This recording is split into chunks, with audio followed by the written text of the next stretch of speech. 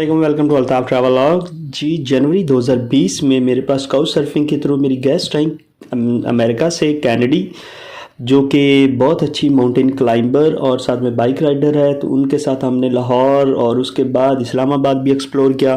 तो चलो आओ कुछ हाइलाइट्स आपको दिखाती हैं।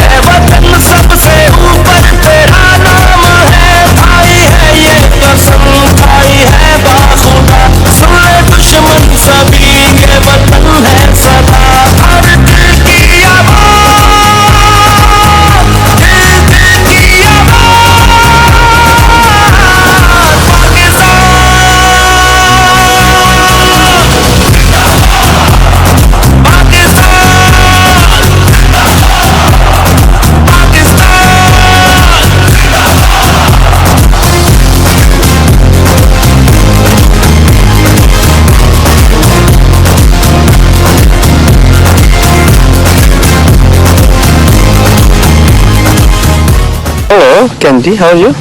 I'm doing well, and yourself? And you are good. Now you are crossing the border to India, and what you are feeling? I'm so excited, but I'm sad to leave Pakistan. And how was your visit in Pakistan? It's special. As a guest with me, and I host you. You took me as family and a best friend, and I loved it. Thank you so much, and you're most welcome again. I will love if you will come back again. I'll come back soon. Don't worry. Thank you. Best of luck for India again. Thank you.